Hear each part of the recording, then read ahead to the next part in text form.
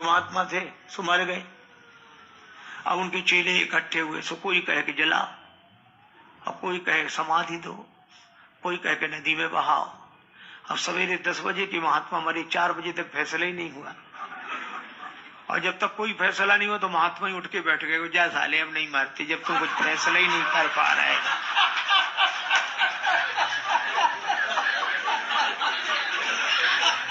हमने भी छोड़ दिया मरने का विचार।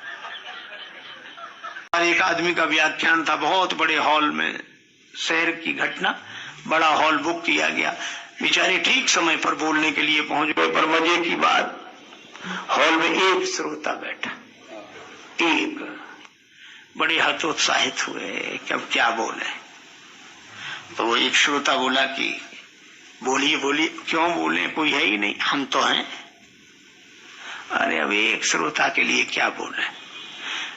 श्रोता ने कहा कि किसी के पास 100 घोड़े हो, मौके पे 99 न हो, तो क्या वो एक घोड़े को घास नहीं डालेगा? कि 99 तो है ही नहीं, तो एक घोड़े को घास नहीं डालेगा। तर्क ऐसा था कि वक्ता बड़े प्रभावित हुए। ऐसा बैठो। और शुरू किया, और शुरू किया बंद न करे। तो थोड़ी देर तो बेचारे ने सुना, उसके बाद उसने सहा। पहले कर रहा था वाह, अब करने लगा आह। अब उसे लगे ये कब बंद करें। 2 घंटे में बंद किया। बेचारा श्रोता अधमरा हो गया, कुछ कहने लायक नहीं बचा। तो उस वक्ता ने कहा कि तुम्ही ने तो कहा था कि 99 घोड़े न हो तो एक घोड़े को घास नहीं डालोगे। सो श्रोता हाथ जोड़ के बोला, इसका ये भी मतलब नहीं था कि 99 की घास एक ही घोड़े पे डाल दो।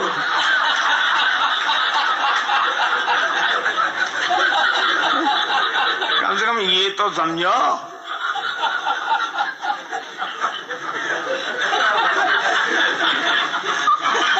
नारद जी नहीं समझे, शंकर जी समझ गए। हरि इच्छा बलवान।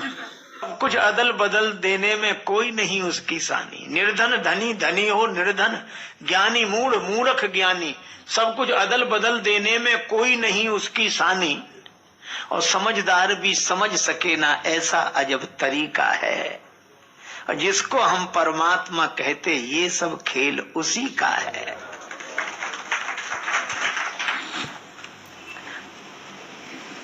मिट्टी काली पीली हरे बन, आसमान का रंग नीला, सूर्य सुनहरा चंद्रमा शीतल, सब कुछ उसकी ही लीला।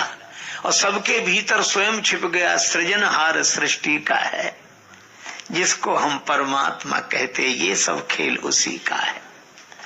क्षण भर को भी नहीं छोड़ता, सदा हमारे साथ में है। काया की श्वासा डोरी का तार उसी के हाथ में है। हंसना रोना मरना जीना सब उसकी मर्जी का है।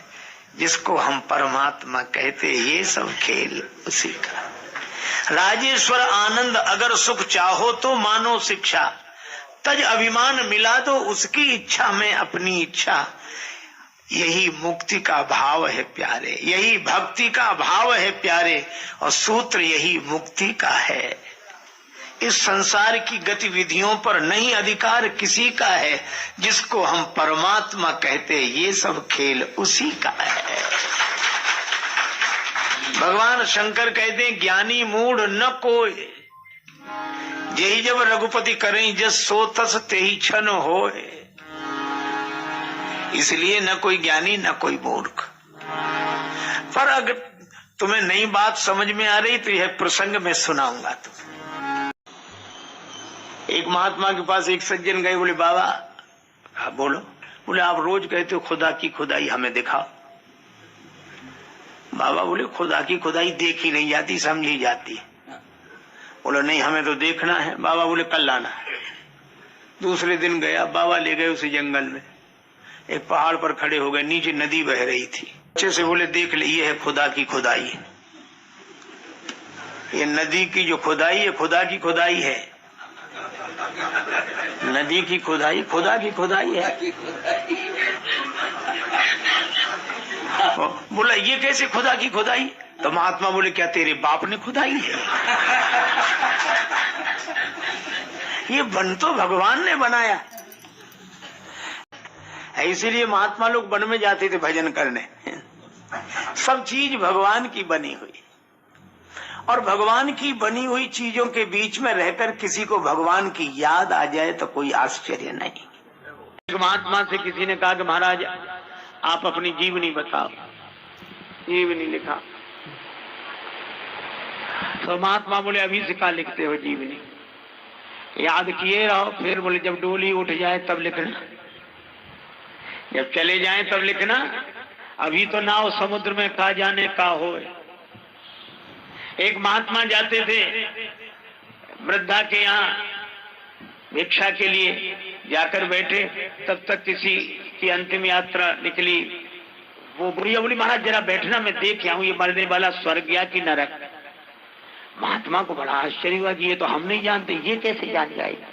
बोले भाई 1 मिनट पता लग जाएगा, अभी या गई महाराज स्वर्ग गया। महात्मा बोले तूने कैसे जाना? अरे बोले महाराज इसमें कोई बड़ी भारी बात थोड़ी, जिसके पीछे हजारों लोग रोते जा रहे हैं, बड़ा अच्छा आदमी था चला गया, समझ लो वह स्वर्ग गया है, अच्छा काम किया इसलिए।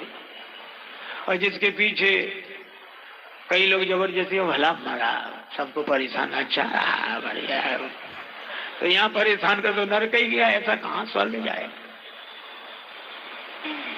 महात्मा बड़े प्रसन्न हुए, और वही महात्मा दूसरे के यहाँ गए, सो गुड़िया से भिक्षा मांगी। गुड़िया क्या बोली? बाबा हमारे एक प्रश्न का उत्तर दे दो। क्या?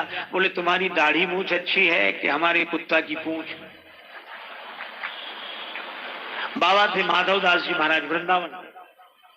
सो बाबा हंसते, अरे भैया फिर कभी उत्तर नहीं दिया। तुम्हारी दाढ़ी मूछ अच्छी कि मेरे कुत्ता की पूंछ अच्छी? कोई उत्तर नहीं। एक दिन पता लगा कि बाबा ने शरीर छोड़ दिया, तो बुढ़िया दरवाजे पे आके खड़ी हो गई, विमान जा रहा है, उतारो। हमें उत्तर नहीं दिया, उत्तर दिए बिना कैसे जा रहे, देना पड़ेगा। अरे कहा कि बाबा गए, बोल नहीं उतार दिया। तो चरण पकड़ लिए, हिलाने लगी, बाबा उत्तर दो। अब चरण ही पकड़ लिए तो बाबा के शरीर में प्राण आ गया। बाबा उठकर बैठ गए, बोले मेरा तो एक ही सवाल है कि जाते जाते ये बताओ मेरे कुत्ता की पूंछ अच्छी कि तुम्हारी दाढ़ी मूछ अच्छी? सो बाबा अपनी दाढ़ी मूछ पर हाथ फेर के बोले कि तेरे कुत्ता की पूंछ से तो 100 गुनी मेरी दाढ़ी मूछ अच्छी है। तो बुढ़िया बोली बाबा ये तो मैं भी जानती थी, पर आपने उत्तर दिया क्यों नहीं? जिंदगी भर उत्तर नहीं दिया। बाबा बोले अगर मैं उत्तर देकर ये कह देता कि मेरी दाढ़ी मूछ अच्छी है और मुझे अभिमान हो जाता, तो भगवान की लीला कोई नहीं जानता, कोई ना कोई काम ऐसा हो जाता मेरे द्वारा कि तेरे कुत्ता की पूंछ अच्छी हो जाती है। लेकिन अब ज्यों की त्यों धर दी नीच चदरिया, तो अब मैं कह रहा हूं कि मेरी दाढ़ी मूछ अच्छी है। और इसीलिए छिपा कर रखते थे। छोटा सा पौधा, उसके पास आसपास घेरा लगाना पड़ता है, नहीं तो बकरियां चर जाएंगी। हाँ वो विशाल वृक्ष बन जाए तो हाथी बंधे रहते हैं। विवाह करना चाहते हैं लेकिन इतनी कन्याएं मिलेंगी कहां से? एक महात्मा ने कहा एक काम करो, क्या? बोले पहाड़ की शिलाएं ले आओ और एक एक शिला काट छांट कर नाक नक्शा बनाकर तैयार करो। एक दिन राम जी को बुला लेंगे और वो राम जी चरण छुलाते चले जाएंगे, सब शिलाएं सुंदर वधुएं हो जाएंगी। बोले बड़ा अच्छा विचार। तो बोले महात्मा तो शिला की खुट पुट कर रहे हैं। भगवान ने सोचा गलत संदेश चला गया, तो राम जी ने ये लीला ही इसीलिए रची। श्री सीता जी के वियोग की कल्पना, और राम जी लगे रोने और जोर जोर से रोए, जबकि पता है कि सीता जी कहाँ है।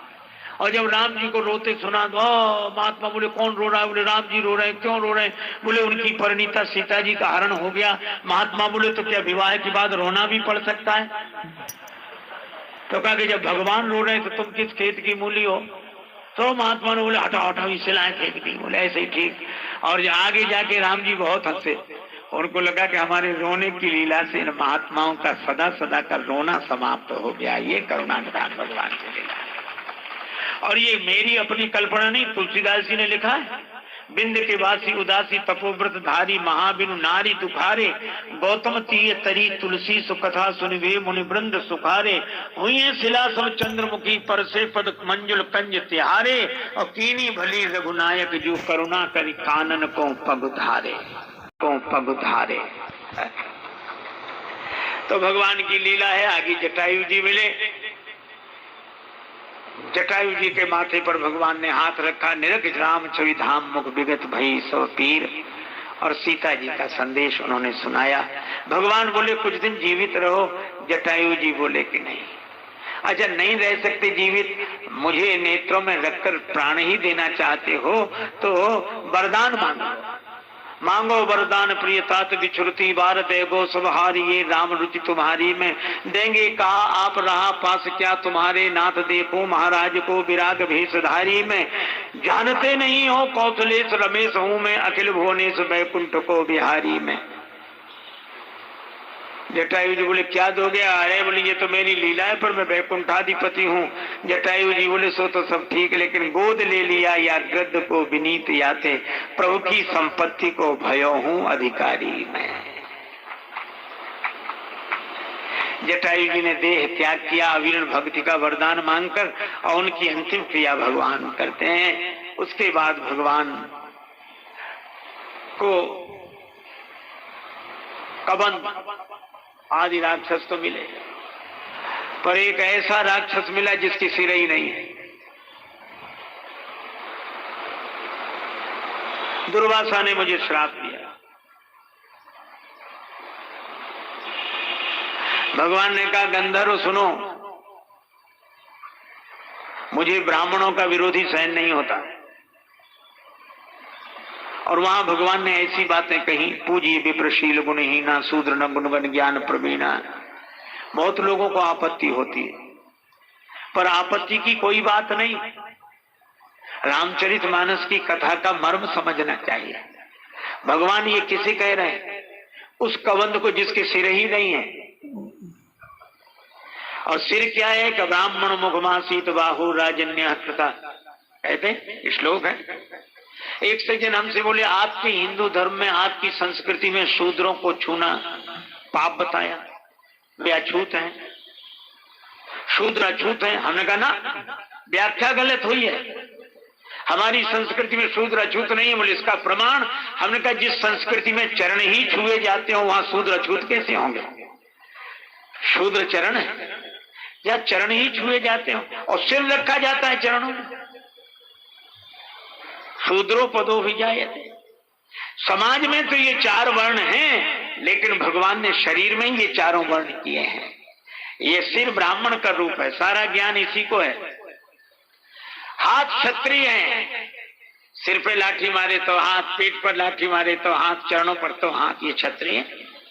और उधर वैसे गुप्त है, ये गुप्ता जी, इनकी फैक्ट्री चलती रहती भीतर ही भीतर, और इनसे तीनों को शक्ति मिलती है, सिर को, हाथों को, चरणों को। और चरण शूद्र हैं जो तीनों वर्णों का भार उठाकर चाहे जहां चल देते हैं। यही चारों वर्ण हैं। अब यह मुख्य है, और इसके आधार पर समाज में भी चार वर्ण विभाजित हुए। लेकिन हमारे यहाँ इस तरह का नहीं है कि एक दूसरे के हम विरोधी हों। मैं आपसे पूछता हूं, चार वर्ण अगर शरीर हैं तो आप चरणों को काट देंगे तो आप चलेंगे? एक जगह बैठे बैठे चाहे जितनी अपनी महिमा गाते रहो, पर चरणों के बिना आपकी गति नहीं होगी। मैं भी कहता हूं हम लोग कितने ही विरोध करके अपनी महिमा प्रगटाते रहें, लेकिन हमारी कोई गति नहीं होगी। हम जहां हैं वहीं के वहीं पड़े रहेंगे, पुरानी बातें करते रहेंगे और कुछ नहीं कर सकेंगे। लेकिन चरण हो चले तो, लेकिन दिमाग ना हो, दोनों जरूरी हैं। इसलिए मैं कहता हूं कि हमारे चारों वर्ण वंदनीय हैं और चारों वर्ण पूजनीय हैं। लेकिन ब्राह्मण की जो बात कही वो इसलिए कही, ज्ञान का सम्मान है वो। मान लो ईंटें सब समान है, मंदिर में लगी हुई हैं, लेकिन जो ईंटें मंदिर की ड्योढ़ी पर लग गई हैं, सिर तो वहीं टेकना पड़ता है, उससे क्या अंतर पड़ता है। इसलिए भगवान ने ऐसे आदमी को जो सिर ही नहीं रखना चाहता, समाज में ब्राह्मण को रहने ही न देना चाहे, तब भगवान ने कहा मोहि न सुहाय ब्रह्म कुलद्रोही। लेकिन तुलसीदास जी का समन्वय और समानता देखो। कबंध को गति देने के बाद भगवान गए कहां? ताहे दे गति राम उदारा, शबरी के आश्रम पद धारा। भगवान शबरी माता के आश्रम में गए और यहाँ कह रहे थे मोइन स्वाय ब्रह्म कुलद्रोही, और शबरी माता से कहा, कह रघुपति सुनो भामिनी बाता, मानो एक भक्ति कर नाता। मैं एक भक्ति के नाते को ही स्वीकार करता हूँ और किसी नाते को नहीं। और इसीलिए मुझे लगता है कि हमारे यहाँ तीन हैं, धर्म, भक्ति और ज्ञान। हमारे पुराने महात्मा कहते थे बाल का आदि, अयोध्या का मध्य, उत्तर का अंत, जो समझे सो पूरा संत। और मुझे लगता है इन तीनों में रामचरितमानस के तीन महिमामय सूत्र हैं। बालकांड के आदि में धर्म, प्रताप भानु के प्रसंग में ब्राह्मणों के ढंग से नहीं चला, ब्राह्मणों को अपने ढंग से चलाना चाहा, रावणत्व को प्राप्त हुआ। लेकिन धर्म में ब्राह्मण की प्रधानता है, ब्राह्मण के बिना जीवन धर्म में नहीं होगा, पर एक सीमा है नहीं। दूसरा है संत, जहां संत की प्रमुखता है वहां ब्राह्मण की प्रमुखता नहीं है। तुम अपने क्षेत्र में काम करो, और संत की जहां प्रधानता वहां क्या मिलेगा कि ब्राह्मण के कारण जीवन धर्ममय होता है और संत के कारण जीवन भक्तिमय होता है। सो बिन संत न काबू पाई। और मुझे लगता है कि जब धर्म से धुलाई होती है जीवन की, तब भक्ति के रंग में मन रंग जाता है। यहाँ संत की प्रधानता है, यहाँ नियम की नहीं प्रधानता कि ऐसे बैठो वैसे बैठो, ये आसन डालो, उधर देखो, इधर। ये धर्म के क्षेत्र में। भक्ति के क्षेत्र में भगवान और मुझे लगता है अनेक के बीच में कैसे रहो, इसके लिए धर्म का पाठ पढ़ो, और भक्त भगवान दो के बीच में हम कैसे रहे, इसलिए भक्ति का पाठ पढ़ो। लेकिन तीसरा है ज्ञान। वहां न संत की चलती है न ब्राह्मण की, वहां गुरु की, बिन गुरु हो एक ही ज्ञान। इसलिए अयोध्या कांड के मध्य में भरत जी हैं संत, संत के कारण भक्ति मिली, भगवान मिले। और उत्तर कांड के अंत में कागभूषणी प्रसंग में गुरु की महिमा है, गुरु का अपमान किया। तो ये तीनों चीजें जीवन में हो जाएं, हम ये तो देखें कि हम बात किसकी कर रहे हैं, धर्म की कर रहे हैं कि भक्ति की कर रहे हैं कि ज्ञान की कर रहे हैं। भाई अलग अलग जिले की है, अलग अलग जिले के बड़े शहर का अलग अलग स्वरूप होगा। तो धर्म का अलग स्वरूप है, भक्ति का अलग स्वरूप है, ज्ञान का अलग स्वरूप है, लेकिन इन तीनों की जरूरत है, तीनों की आवश्यकता है। तो मैं आपसे चर्चा कर रहा था कि भगवान धर्म का उपदेश करते हैं कबंध को, और भक्ति की महिमा बताते हैं शबरी माता को, और ज्ञान का उपदेश करते हैं दशरथ जी को। रावण के मरने पर जब दशरथ जी आए, रघुपति प्रथम प्रेम अनुमाना, चितय पितय दीने दृढ़ ज्ञाना। तो इन सब की आवश्यकता है, कौन कहाँ कैसे है यह देखना चाहिए। भगवान शबरी माता के यहाँ आए और शबरी के बेरों का बड़ा वर्णन है। यद्यप मानस में कंदमूल फल सुरस आती, तो भगवान कहते हैं बेर जनी लावो, बेर बेर जनी लावो, बेर बेर जनी लावो, बेर लावो कहे बेर बेर। भगवान से आयुर्वेद कहता है धात्री फलम सदा पथ्यम कुपथ्यम बदनी फलम। ये बेर कुपथ्य है, पर कोई प्रेम के कारण दे तो भगवान कुपथ्य भी स्वीकार कर लेते हैं। जय जयकार हुई। शबरी माता से भगवान ने कहा मैं चलूं।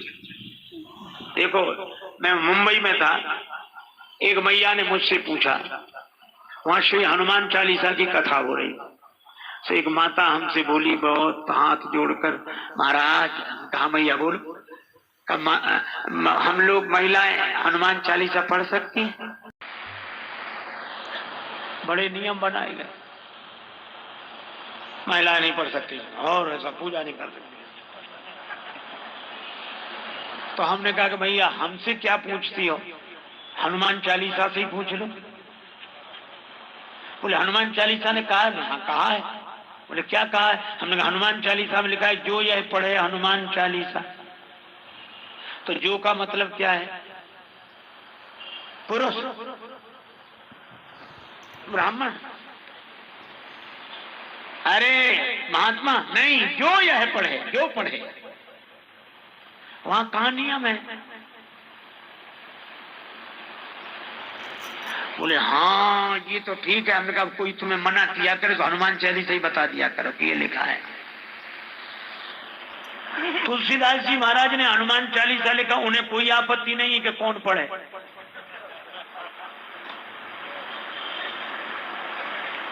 और आपत्ति उन्हें है जिन्होंने लिखा ही नहीं है। बल्कि जब ये लिखा गया था तो आपत्ति करने वाले ही लोग उस समय भी विरोध कर रहे थे, क्यों लिखा, और लिख गया तो बहुत बढ़िया है, लेकिन अब आपत्ति है। कुछ लोग कहते रामचरितमानस पढ़ना है, नहीं महिलाएं नहीं। और वो एक आदमी ने तो किताब लिख दी, मैं उसकी चर्चा नहीं कर रहा हूं, लेकिन केवल एक बात कह रहा हूं। रामचरितमानस में लिखा क्या है, जे गावई यही चरित समारे ते यही ताल चतुर रखवारे। जे गावई, तुलसीदास जी को तो आपत्ति नहीं है, जे गा, उन्हें जिन्होंने लिखा उन्हें आपत्ति नहीं, हमें आपत्ति है। हम ठेकेदार बने बीच में। और फिर भगवान शबरी माता से 9 प्रकार की भक्तियों का वर्णन करते हैं और अंत में क्या कहते हैं कि माता ये 9 भक्तियों में से एक भी किसी के जीवन में हो। और सबसे पहले नाम किसका लिया, पढ़कर देखना, 9वां एकौ जिनके होई नारी पुरुष सचराचर कोई। भक्ति तो स्वयं माता है, इसलिए माताओं को भी भगवत भक्ति का अधिकार भगवान ने दिया है, तुलसीदास जी ने दिया है। भगवान बोले मां मैं चलूं, शबरी बोली अभी नहीं, आपके पहले मैं चलूं। भगवान को देखते देखते शबरी माता ने भगवान को देखते देखते देह का त्याग कर दिया। भगवान आगे बढ़े, ऋषिमुख पर्वत की ओर बढ़े। सुग्रीव जी ने देखा, भय लगा। श्री हनुमान जी से कहा कि आप